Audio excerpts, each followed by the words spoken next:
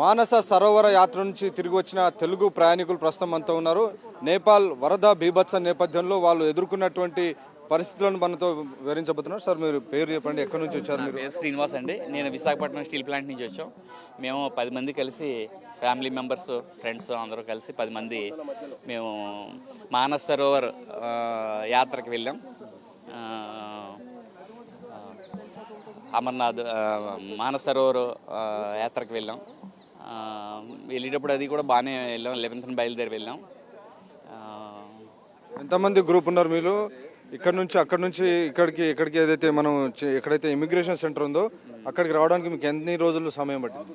అక్కడికి వెళ్ళడానికి మాకు 3 days టైం పట్టిందండి. అక్కడికి 3 days పట్టింది. సో ఆ ఇమిగ్రేషన్ సెంటర్ కంప్లీట్గా ఇప్పుడు వాష్ అవుట్ అయిపోయింది. అక్కడ ఏం కనపడలేదు. అక్కడ ఎలాంటి పరిస్థితి ఉంది అక్కడ? అంటే మేము చూడలేదు, కానీ మేము మా ఏజెంట్ చెప్పడం జరిగింది. అంటే మా ఏజెంట్ తాలూకు వాళ్ళు 57 మంది మళ్ళీ మా బ్యాచ్ లాగే వాళ్ళు కూడా వెళ్ళడం జరిగింది. 57 మంది కూడా అందులో చిక్కుకున్నారని ఆయన చాలా సఫర్ అయ్యి వెంటనే ఆయన ఈ చార్టెడ్ హెలికాప్టర్లో వెళ్ళి అన్నీ చూసి వచ్చి మాకు చెప్పడం జరిగింది. అతను ఏర్పాట్లు అయితే చాలా బాగా చేశారు. మాకు ఎక్కడికక్కడ మంచి హోటల్స్, భోజనం అన్నీ కూడా చాలా బాగా చేశారు. కానీ సార్, అక్కడ సిచ్యువేషన్ ఎట్లా ఉంది పరిస్థితి? అంటే వాతావరణం చాలా ర్యాపిడ్గా చేంజ్ అవుతుంది. అప్పుడే వర్షం వస్తుంది, అప్పుడే ఎండగా వస్తుంది. ఎప్పుడు నదులు ఏమవుతుందో తెలియదు. అవును, అది ఎక్కడ అంటే అది ప్రతిదీ కూడా కొండ వాళ్ళదే, రోడ్డు ఉంటుంది, పక్కనే లోయ ఉంటుంది. కరెక్ట్గా వెహికల్ వెళ్ళేంత దారే ఉంటుంది. ఏదైనా వెహికల్ రావాలంటే ముందే ఎక్కడో కొంచెం ప్లేస్ చూసుకుని ఆపుతారు పక్కకి. వెళ్ళేటప్పుడు కూడా ల్యాండ్ స్లైడ్ అయింది. మేము వెళ్ళేటప్పుడు మా హోటల్కి 1 కిలోమీటర్ కాబట్టి మేము దిగిపోయి అందరం కూడా లగేజ్లన్నీ వెహికల్లోనే వదిలేసి మేము మామూలుగా దిగి వెళ్ళి హోటల్లో ఉన్నాం. మర్నాడు మేము ఆ లగేజీలు వెహికల్ రావడం జరిగింది క్లియర్ చేసిన తర్వాత. సో ఎక్కువ ల్యాండ్ స్లైడింగ్ జరుగుతూనే ఉంటుంది అక్కడ? జరుగుతుంది. వర్షాలు పడతా ఉంటే ల్యాండ్ స్లైడింగ్ ఎక్కువ జరుగుతూనే ఉంటుంది. సో ఇదంతా చూసిన తర్వాత, భారీ వరద ఇదంతా చూసిన తర్వాత మీకు ఏమనిపించింది? చాలా బాధ అనిపిస్తుంది. ఎందుకంటే మేమంటే సేవ్ అయ్యాం.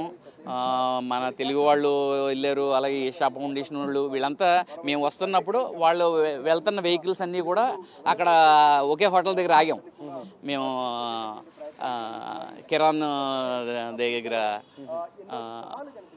ఈ రసువా అనే జిల్లాలో హోటల్ ఉన్నాయి. అక్కడ మేము ఎవరైతే ఆడుకుని మేము సరదాగా పిల్లలు ఉన్నారు వాళ్ళకి చాక్లెట్లు ఇచ్చి మేము మాట్లాడాము. వాళ్ళందరూ కూడా కొట్టిపోయారు. ఆ హోటల్స్ అన్నీ కూడా క్లోజ్ అయిపోయినాయి అని మాకు మా ఏజెంట్ చెప్పారనమాట.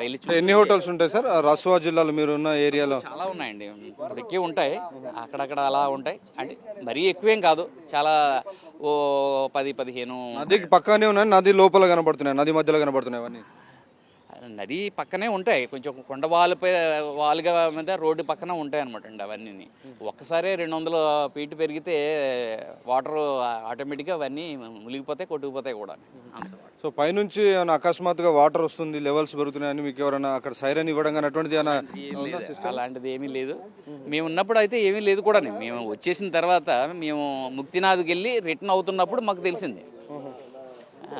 పోఖరాలో మేము అక్కడ ఆగిపోవాల్సి వచ్చిందనమాట. ఇంకా అక్కడి నుంచి మేము కాఠ్మండ్కి వెళ్ళడానికి కూడా వెహికల్స్ సరిగ్గా లేవన్నారని మాకు అప్పటికప్పుడు వెహికల్స్ క్యాన్సిల్ చేసి మాకు ఫ్లైట్ టికెట్లు ఇచ్చారు మా ఏజెంట్. మీరు వెళ్ళండి అని చెప్పేసి వెంటనే అనమాట. ఆ రకంగా మేము నిన్న వచ్చి ఇలా వచ్చాము. మీకు ఎటువంటి మీ అనుభవం ఎట్లా ఉంది సార్? ఇదంతా చూస్తుంటే మీరు బయటపడ్డట్టుంది అమ్మాయి అని చెప్పి. అవునండి, మేము అందరం 10 మంది విశాఖపట్నం నుంచి వెళ్ళామండి. అందరం సేఫ్గా మేమైతే వచ్చేసాము. ఒక 2 రోజుల ముందుగా మేము ఆ ఏరియా నుంచి బయటపడడం వల్ల మేము ఈరోజు సేఫ్గా ఉన్నామండి. బతుకు జీవుడా అంటూ మీరు 2 రోజుల ముందు నుంచి బయటపడ్డామండి. అది మేము ముక్తినాథ్ వెళ్ళడం వల్ల తిరిగి వచ్చేటప్పటికి ఇలా జరిగిందని తెలిసింది. మేము ఏదైతే ఏరియాల్లో కొంతసేపు అక్కడ లాడ్జెస్, హోటల్స్లో ఉన్నామో, రసోగఢ్లో ఉన్నారు మీరు? రసోగఢ్లో ఉన్నామండి. ప్రతి స్టేజ్లో ఒక 6-7 అవర్స్ ఉన్నాము.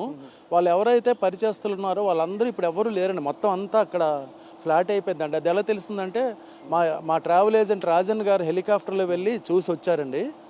చూసి వచ్చి చెప్పారు, మీరు ఎవరైతే ఏ ఏరియాలో వెళ్ళారో మొత్తం అక్కడ ఏం లేదండి, మొత్తం అంతా మట్టి దెబ్బలా ఉంది, కనిపించడం, మొత్తం ఫ్లాట్ అయిపోయిందని చెప్పారు. మేము చాలా బాధపడ్డాము. తర్వాత మన కళ్ళెదురుగానే వెళ్ళిన భక్తులు కొంతమంది చిక్కుకొని ఇలాగా వాళ్ళు మిస్ అవ్వడం అన్నది చాలా బాధగా ఉందండి. సో మీరు ఆ ఇమిగ్రేషన్ సెంటర్కి వెళ్ళారా వెళ్ళామండి. అక్కడ ఎట్లా ఉంది పరిస్థితి అక్కడ? అప్పుడు మేము వెళ్ళేటప్పటికి ఆ బిల్డింగ్ చాలా బాగుందండి. పక్కన రెండు వైపులా నది పారుతూ ఉంటుంది, త్రిశూల్ నది. బ్రిడ్జ్ మీద నుంచి మనం వెళ్ళాలి. అరే ఎంత మంచి కన్స్ట్రక్షన్ చేశారు, ఎంత బాగా కట్టారు చైనీస్ అని అనుకున్నాం. బట్ ఇదంతా ఈ ప్రళయం చూసిన తర్వాత ఆ ప్రకృతి ముందు మానవుడి తాలూకు శక్తి సరిపోదని మాకు అర్థమైంది. సో ఆ ఇమిగ్రేషన్ సెంటర్కు రెండు వైపుల నుంచి నది ప్రవహిస్తుంది. రెండు వైపులా నది ఉందండి, రెండు వైపులా ఉంది. ఆ రెండు వైపులు ఒకేసారి పొంగిపోయింది అది. సో పైన ఎట్లా ఉంటుంది పరిస్థితి? అక్కడ నుంచి పైకి కనుక వెళ్తే టిబెట్ వైపు వెళ్ళాల్సి ఉంటుంది కదా. ప్రతిదీ కూడా మనం చాలా రిస్కీ జాబ్ అండి. ఎందుకంటే నారో రోడ్స్, తర్వాత కొండలు చాలా హై లెవెల్ నుంచి మట్టి రాళ్ళు పడిపోతుంటాయి రోడ్డు మీద. రోడ్డు చాలా తక్కువ నేరోగా ఉంటుంటుంది అనమాట. మరలా మట్టి రాళ్ళు తీసిన తర్వాతే మన వెహికల్స్ మూవ్ అవుతుంటాయి. అలాగే చాలాసేపు ట్రాఫిక్ జామ్ అయిపోతూ ఉంటుంది. అంటే మట్టి రాళ్ళు పడుతున్నాయి అంటున్నారు కదా, ఎందుకు? దాని కారణం ఏంది? అక్కడ ఏదో పెద్ద ఎత్తున బ్లాస్టింగ్ జరుగుతుంది, అక్కడ ఏది ప్రాజెక్టులు కడుతుంది చైనా అని అంటున్నారు. అది చైనా దాటాక, చైనా ముందు కూడా ఆ హిల్స్ తాలూకా నేచర్ని బట్టి లూజ్ సాయిల్ అయితే పడిపోతుంటుందండి రాళ్ళు అవి కలిపి. అది హార్డ్ రాక్ అనుకోండి, వెంటనే పడిపోకుండా నిలబడుతూ ఉంటుంది అనమాట. అది ప్రతిసారి జరగడానికి అక్కడ అవకాశం ఉంటుందండి. కానీ ఈ రకమైన ఈ వాటర్ తాలూకా ప్రళయం ఎలా వస్తుందని ఎవరు అంటే మీరు అనుకున్నారా? పైనుంచి ఎవరైనా ముందే చెప్తే కొంత ఇది వీరందరూ సేవ్ అయ్యేటువంటి అవకాశం ఉంటుంది. డెఫినెట్గా ముందు చెప్తే కొంచెం కొంచెం కొండల పైనకి వెళ్ళిపోతే ప్రాణం నిలబడి ఉండేది కదా. ఆస్తులు పోయినా మళ్ళీ సంపాదించుకోవచ్చు, ప్రాణం పోతే ఇంకా. సో ఇదంతా ప్రళయం చూసిన తర్వాత మళ్ళీ ఇంకోసారి పోవాలనిపిస్తుంది అక్కడికి, మానస సరోవర యాత్ర. వాళ్ళకి ఎవరైనా పోవాలనుకుంటే వాళ్ళకి మీరు చెప్పదలుచుకున్నది ఏంటి? అంటే యాక్చువల్గా అక్కడ దగ్గరికి వెళ్ళేటప్పటి వరకు ఇంత కష్టం అని ఎవరికి తెలియదండి. ఒకవేళ ఇంత కష్టం మీరు ఎవరు వెళ్ళకూడదంటే భగవంతుడి పట్ల మనకు విశ్వాసం లేనట్లు అనిపిస్తుంటుంది. ప్రమాదంతో కూడింది కాబట్టి మన తాలూకా ఏజ్, శక్తి, ఒకసారి ప్రీవియస్గా వెళ్ళే వాళ్ళ తాలూకా సూచనలన్నీ చూసుకొని సేఫ్గా ప్రయాణం చేసే ఆ దైవ కార్యక్రమాలకు వెళ్తే మంచిదని నేను అనుకుంటున్నాను. సార్ ఇప్పుడు మీరు 10 రోజుల పాటు అక్కడ మొత్తం టూర్ చేశారు కదా, సో గవర్నమెంట్ తరఫున చేయాల్సింది ఏమైనా ఉందా? ఎందుకంటే చాలా అన్సేఫ్ ఏరియా అంటున్నారు, చాలా ప్రమాదాలు ఉంటాయి. గవర్నమెంట్ తరఫున ఏం చేయాల్సి ఉంది అనుకుంటున్నారు? గవర్నమెంట్ అంటే ఈ రోడ్స్ అవి అంత ఇర్రెగ్యులర్గా ఉండేటప్పుడు పర్మిషన్ ఇవ్వకుండా ఉంటే బాగుండేది సార్. ఎప్పుడైనా అది రిస్కే. ఎందుకంటే ఒక 8 feet 9 feet రోడ్లలో ఎంతమంది మనుషుల్ని వెహికల్స్తో పంపించి ఎక్కడే రాళ్ళు పడి ఇదంతా పోతే హై రిస్క్ అండి. ఎంతమంది మనుషులు ఉన్నారు? అంటే వేల సంఖ్యలో ఉన్నారు జనం, అక్కడ లక్షల్లో ఉన్నారా? ఎక్కడ సార్ ఉన్నారా? లేదండి, లక్షల్లో ఏమి కనిపించట్లేదు. ఎందుకంటే కొండవాళ్ళ ప్రాంతంలో కొంచెం కొంచెం వాళ్ళు ఇల్లు కట్టుకొని అలా కొంచెం జనం ఉంటున్నారు. అంటే ప్రయాణికులు కూడా ఎంత సంఖ్యలో ఉంటారు? వేలలో ఉంటారు, లక్షల్లో ఉంటారు? ఒక 20 బస్సులు అంటే 25 మినిమం ఒక వేలల్లో ఉంటూ ఉంటారండి. టైం తక్కువ కదా, ఈ 2 monthsలో కదా పర్మిషన్ అని. అంటే జూన్, జూలై, ఆగస్ట్, సెప్టెంబర్ అంతే. అంతే. జూలై సెప్టెంబర్ 15th క్లోజ్ అవుద్ది అంటారు, తర్వాత అలౌ చేయరండి.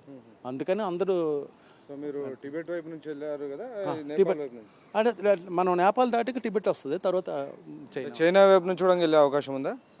వేరే లాస్ట్ ఈసారి ఈ రోడ్డు ఈసారే అలౌ చేశారంటండి. ఇంతకుముందు వేరే రోడ్డు ఉండేదంట.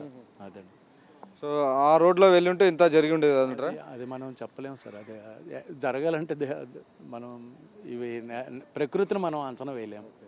మొత్తానికి ప్రకృతిని మనం అంచనా వేయలేం. ప్రకృతికి అనుకూలంగానే వ్యవహరిస్తే తప్ప ఆ ప్రకృతి ప్రకోపం నుంచి తప్పించుకునేటువంటి అవకాశం ఉంటుంది. మొత్తానికి మానస సరోవర యాత్రకు వెళ్ళినటువంటి పర్యాటకులందరూ కూడా బతుకుడు జీవుడా అంటూ బయటపడ్డారు. సరిగ్గా 2 రోజుల ముందు ఆ ఇమిగ్రేషన్ సెంటర్ నుంచి బయటకు వచ్చారు. సో 23న వీరు అక్కడికి వెళ్తే 26వ తేదీ ఉదయం ఈ ఘటన జరిగింది. దాంతో వీరందరూ కూడా తీవ్రమైనటువంటి భయంతో ఉన్నారు. వీరికి సంబంధించినటువంటి అనేక మంది కూడా అక్కడ మిస్ అయ్యారు. అలాగే వీళ్ళు స్టే చేసినటువంటి హోటల్స్ అన్ని కూడా కంప్లీట్ వాష్అవుట్ అయిపోయాయి. సో దానిపైన వీరందరూ కూడా తమ బాధను వ్యక్తం చేస్తున్నారు. ఖచ్చితంగా ప్రభుత్వం ఈ అంశంపైన కొంత పునరాలోచన చేసి దీనికి అనుమతి ఇచ్చే సమయంలోనే అన్ని రకాల అంశాలను ఆలోచించాలని విజ్ఞప్తి చేస్తున్నారు. కెమెరామెన్ రావత్తో వెంకటేష్, సాక్షి టీవీ, న్యూఢిల్లీ.